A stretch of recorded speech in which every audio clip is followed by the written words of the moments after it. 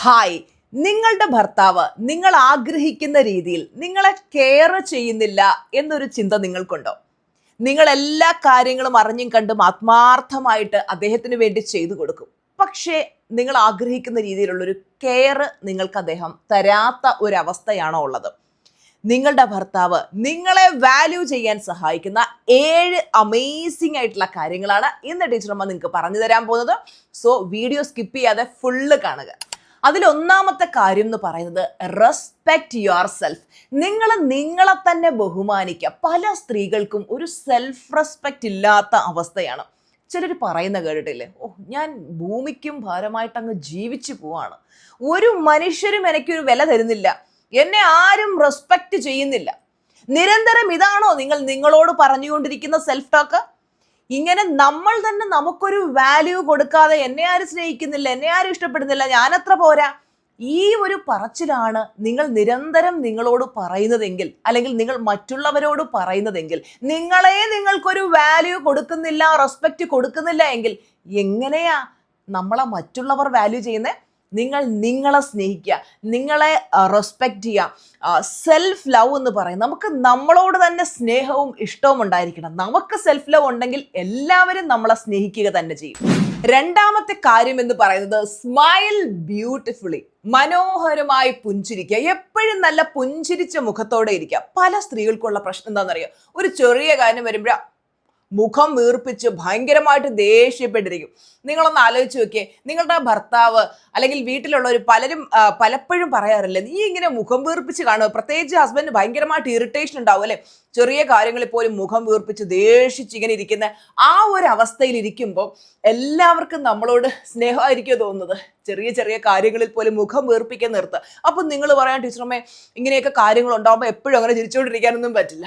മക്കളെ, ചിരിക്കുക. കാര്യം ചിരി എന്ന് പറയുന്നത് ഏറ്റവും നല്ലൊരു കാര്യമാണ്. എപ്പോഴും ചിരിക്കുന്നവരെ എല്ലാവരും ഇഷ്ടപ്പെടും. ചെറിയ ചെറിയ ചെറിയ കാര്യങ്ങളിൽ പെട്ടെന്ന് ഇറിറ്റേറ്റഡ് ആവുന്നത്, പെട്ടെന്ന് മനസ്സ് തകരുന്ന നിർത്തിട്ട് നമ്മുടെ സന്തോഷം ഒരു മനുഷ്യരിൽ ഡിപ്പെൻഡൻ്റ് ആവാതെ എന്ത് വന്നാലും ബ്യൂട്ടിഫുൾ ആയിട്ട് സ്മൈൽ ചെയ്യുക.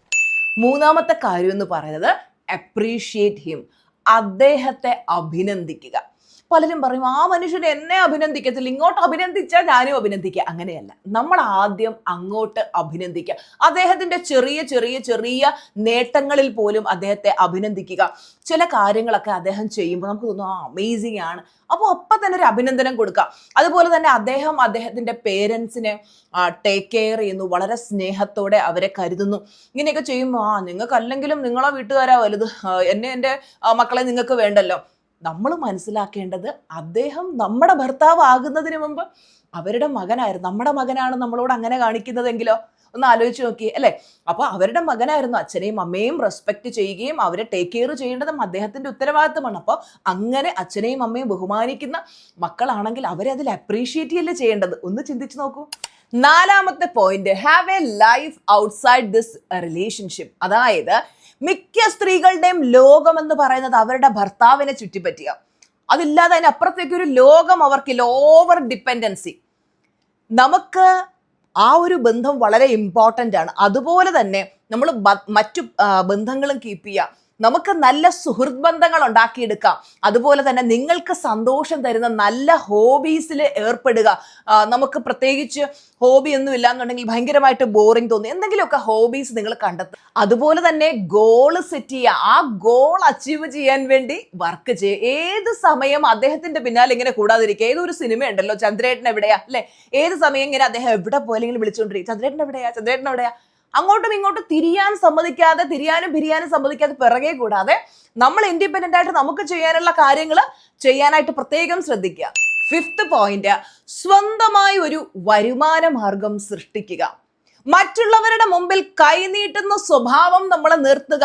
ഏത് കാര്യത്തിനും എൻ്റെ ഭർത്താവ് എനിക്ക് ചെലവിന് തരുന്നില്ല, എനിക്ക് അതിന് പൈസ തായോ ഇതിന് പൈസ തായോ എന്ന് പറഞ്ഞ് കൈ നീട്ടാതെ നമ്മൾ സ്വന്തം കാലിൽ നിൽക്കാൻ പഠിക്കുക. സ്വന്തമായിട്ടൊരു വരുമാനം ഉണ്ടാക്കുക.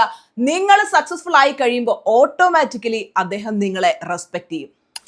ആറാമത്തെ പോയിന്റ് എന്ന് പറയുന്നത് ഹീൽ യുവർ ഇന്നർ വോൺസ്. നിങ്ങൾക്ക് എന്തെങ്കിലുമൊക്കെ ആന്തരിക മുറിവുകൾ ഉണ്ടെങ്കിൽ അതൊക്കെ ഹീൽ ചെയ്യുക. ചിലർക്ക് ഒരുപാട് ഇന്നർ ചൈൽഡ് വൂൺസ് ഉണ്ടാവാം. ബാല്യകാലത്തിലേറ്റ ആ മുറിവുകളും പേറി ജീവിക്കുന്ന ഒരുപാട് സ്ത്രീകളുണ്ട്. നമ്മൾ അതിനെയൊക്കെ ഹീൽ ചെയ്യുക. അതുപോലെ തന്നെ അഫർമേഷനായി പറയുക, I am enough, I am valuable, I deserve love. ഇതിങ്ങനെ നിരന്തരമായിട്ട് ഈ അഫർമേഷൻ നമ്മൾ പറഞ്ഞുകൊണ്ടിരിക്കണം. ആ അഫർമേഷൻ പറയുമ്പോൾ ഉള്ള മാജിക് നിങ്ങളുടെ ലൈഫിൽ എക്സ്പീരിയൻസ് ചെയ്യണമെങ്കിൽ 21 ഡേയ്സ് നിങ്ങൾ ഈ അഫർമേഷൻ ഒന്ന് പറഞ്ഞു നോക്കൂ. ഏഴാമത്തെ പോയിന്റ് എന്ന് പറയുന്നത് എൻഗേജ് യുവർ സെൽഫ്. മിക്കവരുടെയും പ്രശ്നം എന്താണെന്നറിയോ, ഒരുപാട് ഫ്രീ ടൈം ഉണ്ട്. ആ ഫ്രീ ടൈമിൽ ആവശ്യമില്ലാത്ത നെഗറ്റീവ് ഇങ്ങനെ ചിന്തിച്ചുകൊണ്ടിരിക്കും. എൻ്റെ ഭർത്താവ് എന്നെ സ്നേഹിക്കുന്നില്ല, അപ്പുറത്തെ വീട്ടിലെ ബിന്ദുവിന്റെ ഹസ്ബൻഡിനെ നോക്കി എന്തൊരു കെയറിങ്ങാ, എന്തൊരു സ്നേഹമാ, എൻ്റെ ഭർത്താവ് എന്താ ഇങ്ങനെ, ഈ മനുഷ്യൻ പണ്ടേ എങ്ങനെയാണല്ലോ. ഇത്തരത്തിലുള്ള നെഗറ്റീവ് ചിന്തകളൊക്കെ കയറുന്നത് അപ്പോഴാണ്.